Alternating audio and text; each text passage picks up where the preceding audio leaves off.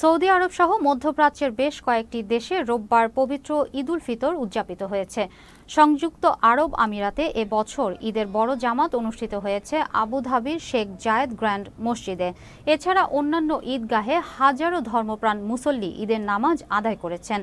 এবার দুবাইয়ে 14টি স্থানে বৃহৎ পরিসরে ও আবাসিক এলাকায় ছোট বড় 668টি মসজিদ ঈদের নামাজ আদায়ের জন্য প্রস্তুত করে কর্তৃপক্ষ।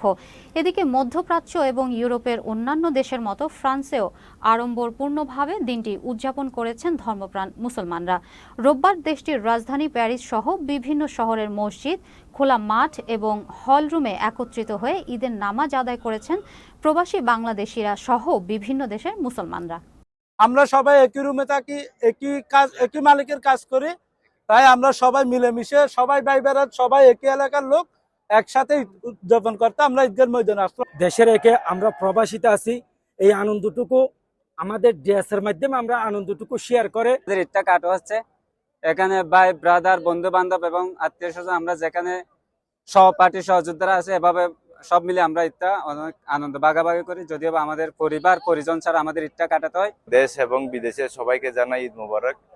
দেশ এবং বিদেশের মধ্যে ঈদের পার্থক্য হচ্ছে আপনার দেশের মধ্যে পরিবার পরিজন সবাই থাকে, আর এখানে হচ্ছে বন্ধু বান্ধব নিয়ে একটা পরিবার পরিজন ছাড়া আসলে ঈদটা অনেক কষ্টের।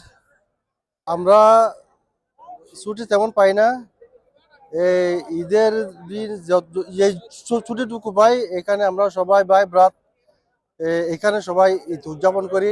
সারা বিশ্বের সকল মুসলমান এবং সকল প্রবাসী বাংলাদেশি এবং বাংলাদেশে অবস্থানরত সকল বাংলাদেশি ভাই ও বোনদেরকে পবিত্র ঈদ উল ফিতর উপলক্ষে ঈদের শুভেচ্ছা জানাচ্ছি। ঈদ মোবারক।